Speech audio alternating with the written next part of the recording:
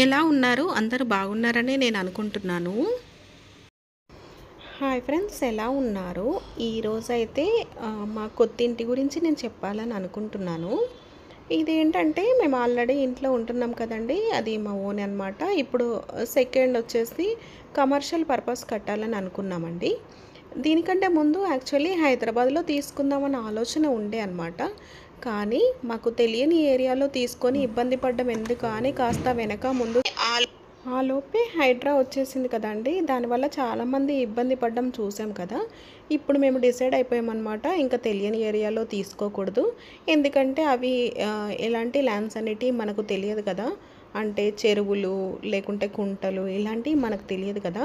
మన సరౌండింగ్స్‌లో అంటే మనకు తెలిసిన ప్రాంతంలో తీసుకుంటే బెటరు అని మాకనిపిచ్చింది. ఆ క్రమంలో కొన్ని తోటలు కూడా చూసామండి. తోటలు అలాగే ఖాళీ ప్లేసులు చూసాము. కానీ మాకెక్కడ అంత సూటబుల్ అవ్వలేదు. ఇది మాత్రం మాకెందుకో సెట్ అయిందండి. ఎందుకంటే మా ఇంటి దగ్గరలో ఉంది. మెయిన్ రోడ్డుకుందనమాట. ఫ్యూచర్‌లో రెంట్ పర్పస్ బావుంటుంది కదా! అన్న ఆలోచనతో మేము ఇది ప్లాన్ చేసాము. యాక్చువల్లీ ఇది తీసుకునేటప్పుడు మేము అనుకున్నాము ఓన్లీ ల్యాండ్ మాత్రమే తీసుకుందాము. తర్వాత నెక్స్ట్ ఇయర్ కట్టుకుందామన్న ప్లాన్‌లో ఉండే అనమాట. కాపోతే మాకేమనిపించిందంటే మెయిన్ రోడ్‌కి తీసుకుంటున్నాం కదా! మళ్ళీ ఏదన్నా ప్రాబ్లమ్ ఉంటే ఎలా తెలుస్తుంది? ముగ్గు పోసి ఒక్క ఫ్లోర్ ఏసేద్దాము. దానివల్ల ఏమన్నా ప్రాబ్లమ్ ఉన్నా అంటే ఈ ల్యాండ్ డబుల్ రిజిస్ట్రేషన్ ఏమన్నా అయినా కూడా తెలుస్తుంది కదా! అని అనిపించిందనమాట.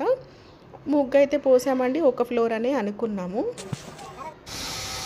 ఇదిగోండి ముగ్గు కార్యక్రమం. దీనికంటే ముందు ఇక్కడంతా హైట్ తక్కువుంది గదండీ! అంత హైట్ నింపడం కోసమని ఎక్కువ హైటు లేపామనమాట. కింద నుంచి మొత్తం స్టోరేజ్ అంటే ఇసుక అదంతా పోసుకుంటొచ్చారు. ఇలా ఒక్క అంతస్తన్నది ఒకటి తర్వాత ఇంకొకటి అని అనుకున్నామండి. దాని తర్వాత అనిపిచ్చింది ఒక పెంట్ హౌస్ కూడా వేస్తే బావుంటుందేమో. ఎందుకంటే ఇప్పుడు మేమున్న ఇల్లు కూడా 2 ఫ్లోర్స్ కదా! అది కూడా 2 ఫ్లోర్స్ ఉంటది. ఇక్కడ ఇల్లు కట్టినప్పుడే మేము అస్తమాటు కట్టి ఇబ్బంది పడ్డాము. అంటే ఫస్ట్ ఫ్లోర్ గ్రౌండ్ ఒకసారి, ఫస్ట్ ఒకసారి, G+2 ఒకసారనమాట.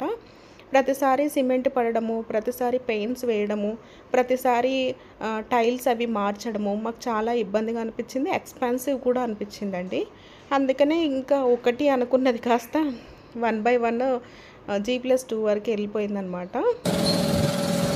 అయితే దీనికోసం అయితే మేము చాలా పడాల్సొచ్చిందండి. మేమేమనుకున్నామంటే హైదరాబాద్‌లో ఇల్లు కొనుక్కుంటే లోన్ అది పెట్టుకుందామని అనుకున్నాము. కానీ దీనికేంటంటే లోన్ తీసుకోకుండానే మేము లోన్ తీసుకోకుండా అడ్జస్ట్‌మెంట్ వచ్చిందండి. దానివల్ల చాలా ప్రాబ్లమ్ అయితే అయిపోయింది. సరే ఏదైతే ఏంటిలెండి కానీ 1/1 అయితే చేసుకున్నామనమాట. ఒక సొంత ఇంటి కలలాగా ఇంటినైతే నెరవేర్చుకున్నాము. దేవుడి దయ వల్ల ఒక ఇల్లనే అనుకున్నామండి. కానీ రెండో ఇల్లు కూడా మాకిద్దరు పాపలు కదండీ! తలా ఒకటి మేము అరేంజ్ చేయగలిగామనమాట. అయితే మేమున్న ఇల్లు కన్నా ఈ ఇల్లును మేము చాలా ఇష్టంగా కట్టుకున్నామండి. ఎంత ఇష్టంగా అనంటే అసలు ఈ నిద్రపోయినా కూడా మేము కల్లో కూడా ఆ ఇంటి గురించే ఇక్కడ ఇది రావాలి, ఇక్కడ షట్టర్ రావాలి, ఇక్కడ వాష్ బేసిన్ రావాలి, ఇక్కడ యూజ్డ్ ఏరియా అంటే వాషింగ్ ఏరియా రావాలి అని అంతగా కలగన్నామనమాట. ఇదిగోండి ఇది టైల్స్ వేసే ముందు. ఏమోనండి మేము ఈ ఇల్లు కూడా అంత అనుకోలేదు. కానీ ఇప్పుడు ఈ సెకండ్ హౌస్‌కైతే చాలా ఎక్స్‌పెక్టేషన్స్ పెట్టుకున్నాము. పైన ఒక చిన్న పెంట్ హౌస్ అయితే వేసామండి. ఇదిగోండి ఇలాగా. వేసినందుకు బానే అనిపించిందండి. పర్లేదు అని అనిపించింది. కాపోతే ఏందంటే మాకు మనీ అయితే డబుల్ అయిపోయాయి. సరే మనీ ఏంటి ఎలాగైపోయాయి అన్నది నేను ఒక వీడియో చేస్తానండి. ఎందుకనంటే నాలాగా సేమ్ ఏజ్ గ్రూప్ ఉన్నవాళ్ళు అంటే పిల్లలు చిన్నగా ఉండి ఇల్లు కట్టాలి లేదా సేవింగ్స్ చేయాలి అనుకున్న వాళ్ళు ఎలా చేస్తే మన సేవింగ్స్ అనేటివి డబుల్ అవుతాయి అన్నది నాకు తెలిసిన చిన్న చిన్న ట్రిక్స్ అన్నీ కలిపి కూడా మీకు ఒక వీడియో చేస్తానండి. ఎందుకంటే నేను ఒక వీడియోలో చూశానండి. చూడడం ద్వారానే నేను ఎలాంటి టిప్స్ అయితే మనకి డబుల్ అవుతూ ఉంటాయి, ఎలాంటి టిప్స్తో మనం సేవింగ్ చేయాలన్నది చూసి మా హస్బెండ్ నేను మాట్లాడుకొని ఒక ప్లానింగ్ ప్రకారం మేము సేవింగ్ చేసుకున్నామన్నమాట మనీ. అలాగే నాకు తోచిన విధంగా నేను మా హస్బెండ్ నుంచి ఎలాంటి ప్లానింగ్స్ నేర్చుకున్నాను, అలాగే మేము ఎలాంటి విషయాలను షేర్ చేయగలుగుతాము అన్నది కూడా నేను ఫైనాన్షియల్ ప్లానింగ్స్కి సంబంధించింది ఒక వీడియో అయితే చేస్తాను.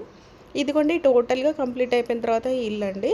అయితే దీనికి పెయింట్స్ అనేటివి మేము ప్లానర్స్ దగ్గర తీసుకెళ్ళి వచ్చి మరీ వేయించామండి. ఎగ్జాక్ట్లీ ప్లానర్స్ ఎలా ఇచ్చారో ఇదిగోండి, ఇది అనమాట ప్లానర్స్ ఇచ్చింది.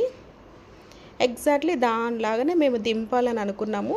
అలాగే వచ్చిందో లేదో ప్రింట్ ఒకసారి మీరే చెప్పండి.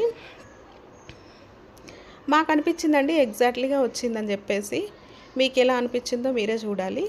అయితే ఈ కార్యక్రమం అంతా అయిపోయిన తర్వాత మేము గృహప్రవేశం అయితే చేద్దాం అనుకున్నామండి. కాకపోతే అప్పటికే హై బడ్జెట్ అయిపోయింది. ప్లస్ ముహూర్తాలు కూడా దగ్గరలో లేవు.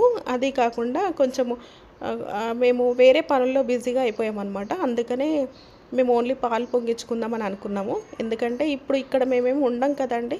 ఇప్పుడు మేము ఉండే ఇల్లు అయితేనేమో గృహప్రవేశం చేయాలి. ఇది మేమేమి ఉండట్లేదు కదా, ఓన్లీ రెంట్ పర్పసే కదా, పాలు పొంగిస్తే సరిపోతుంది అని అనుకున్నాము. అందుకోసమని మా ఆడబిడ్డనైతే పిలిచామండి. ఇతను మీకు ఇంతకుముందే పరిచయం అండి, మా అన్నయ్య, మా ఆడబిడ్డ వాళ్ళ భర్త. తను మా ఆడబిడ్డ అండి. ఒక ఫోటో అయితే తీసుకొచ్చేసి పాలు పొంగిచ్చేసామండి. పాలు పొంగిచ్చి ఆ రోజు ఇంట్లో వంట అయితే చేయాలి కదా, సేమియా అయితే చేసేసాము. పిల్లలకి స్కూల్ ఉందండి. ఎర్లీ మార్నింగ్ 5 o'clockకి అక్కడికి వెళ్ళిపోయామన్నమాట. వెళ్ళిపోయి కార్యక్రమాలు అయితే స్టార్ట్ చేసాము. ఎందుకంటే హాఫ్ డే స్కూల్స్ కదండి, 7 కల్లా మళ్ళీ పిల్లలు స్కూల్కి వెళ్ళిపోవాలన్నమాట. అందుకే 7 లోపు అన్నీ కంప్లీట్ చేసేసుకున్నాము.